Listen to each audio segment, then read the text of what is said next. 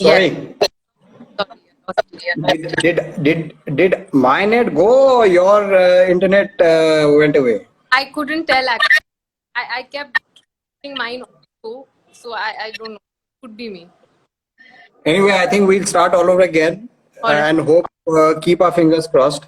Yeah. So, okay, now let's continue about the South Africa thing. I mean, you were talking about how it was a trying phase. You were expecting to get your visa and leave. That wasn't happening. So Yeah. you got cranky. And you almost did not play these three legs of the WGI. But now I guess that was the right decision to turn up. Of course. Yeah. Yeah. I mean, I'm glad I played tournaments before leaving, even if it was. And to be honest, I was actually looking forward to Chandigarh also. I was ready to like book my tickets and get things like spoke to my roommates about. So I was not hoping that I'm gonna get my visa now. I was so mentally relaxed that okay, fine, now I'm not getting it. Now I'm leaving next year, so don't bother or think about it. So that was my mindset of me coming into these three events. And I feel the fact that I let go of the fact that things are not falling my way, they started falling my way. So I'm just I feel that we shouldn't try too hard. I guess that's what we just discussed. Once you let go, if you kind of cling on to things, often doesn't work out. But once you let go, often things fall into place. Right. Uh, okay, you were also talking about we're comparing the phase when you had the surgery. It was a trying phase. You were away on tour, and now when you were hoping that the visa would come through, Yeah. wasn't, and then as you said, you were getting cranky at home. Yeah. I think I was more mature. I handled my surgery phase a little better, and I was more mature about it because I was willing to get better and playing and getting on. And while here, I literally had nothing to do because there was lockdown. I was not wishing and willing to practice hard enough because I had nothing to practice for. And I was just I could have done better. Like I said, I should have handled this phase better with regard to you being more productive, if not anything else. I feel that just not sulking would have helped me better right now. But it's okay. It's all an experience. It's all a learning curve. And now I feel it's fine. Now that it was just a bad patch I was going through, and I give myself that leverage of it's okay. Right. So normally when you're in a bad mood, you're sulking. Do you kind of sulk go into a corner and sulk, or you're one of those who likes to throw things to vent the anger? No, I actually don't get disappointed. I mean, I don't get angry. Like, I'm a person who doesn't, kind of, and I show it only to my family. Like, I feel that they're burdened with all the sulking that's happening, and I usually don't call my friends and discuss matters with them. It's my family who's kind of always like, and they've actually been like, thank God. Like, they've told me on my face that, thank God you are now leaving because you're not gonna stop ranting about this entire thing. Okay. Okay. So yeah, we spoke about your memories at Noida. Maybe you can revisit that again. Yeah, very fond memories. And I think this week's going to be more fun. I've always had a lot of fun. I've somehow played really well on the golf course. It suits my eye, it suits my game. I've always had friends and family around when I'm playing Noida, so that's also a plus. And it always plays well, and it's fun to be on. I really like the layout also. So I'm looking forward to this week of playing some golf. Yeah. And looking back at DLF and Gold, did Golden come as a shock? Because a lot of people didn't expect the kind of rough that you had to encounter. To be honest, I wasn't expecting anything from Golden because I didn't hear about it, and I had no idea about how Golden really plays because I've never been on the golf course. I've somehow always missed events that happen there. So I wasn't expecting anything, but when I heard from people, they all said that it's going to be narrow and it's going to be short, so it's going to be a fun golf course. But getting onto the golf course and seeing the rough, because I think it's been pouring here, so they haven't really cut anything. It was high and it was thick, and like thick enough to like for you to hit punch outs from the rough. So we were all on the practice days. We were like, you just need to take a 9 iron and hit like a punch. Like you can't do anything more than that because nothing's gonna come out. So the roughs were up, but I was technically out of the roughs the whole week, to be honest. If I was in the roughs, there were a lot of bogeys coming in. But yeah, it was quite a surprise on the golf course. But I really, really liked the layout. I think the golf course was playing well, and the greens were really true. Like we all kept cribbing because we came from DLF and we were playing like really fast greens, but the greens were really true, and that was such a good thing. Yeah.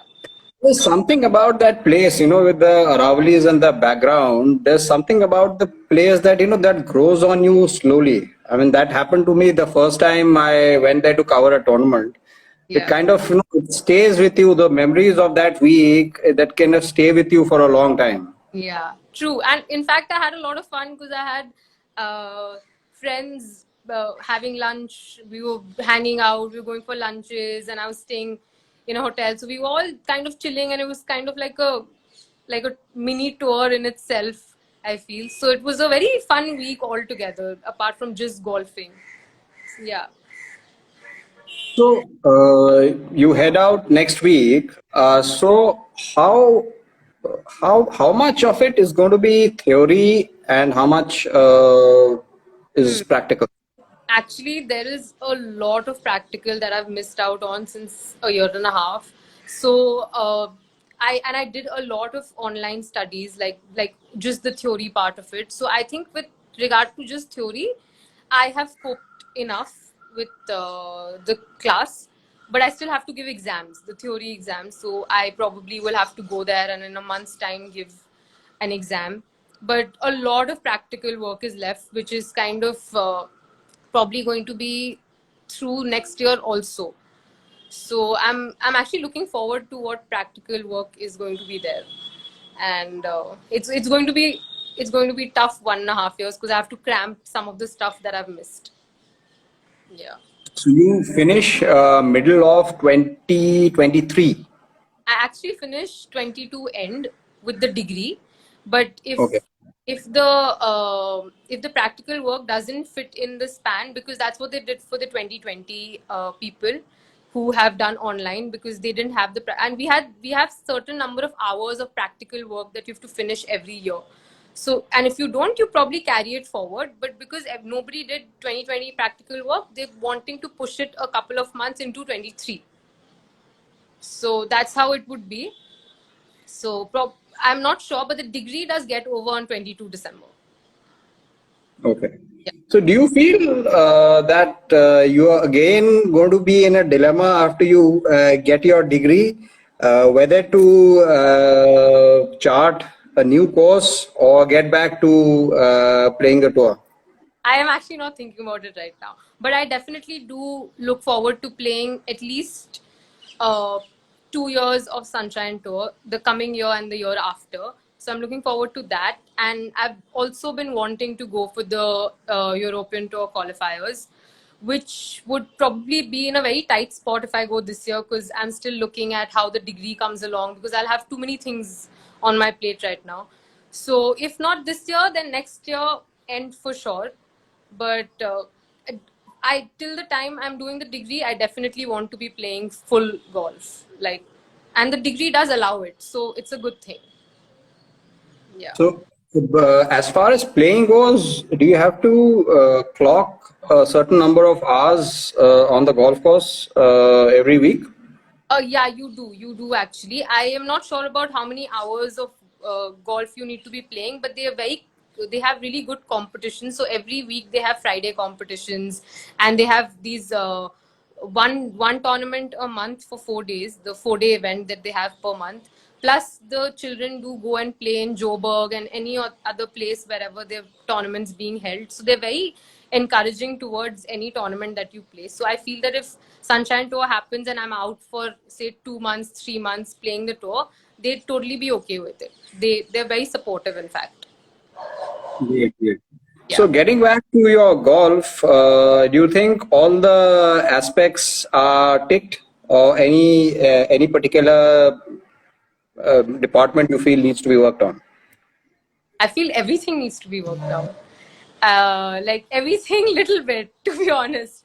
But I mean, it's coming along. It's just and to be honest, I feel that like I was cribbing on the range yesterday, and I was like, I think I could hit the ball better. And like my friends are looking at me, and they're like, you just came in, like you just played really well this year. And I feel that I've been scoring really well, but if you look at every individual aspect of it, I think I need to be working on everything little bit. But it is coming together. Like the scoring part is coming a little bit here and there. A lot of work required still.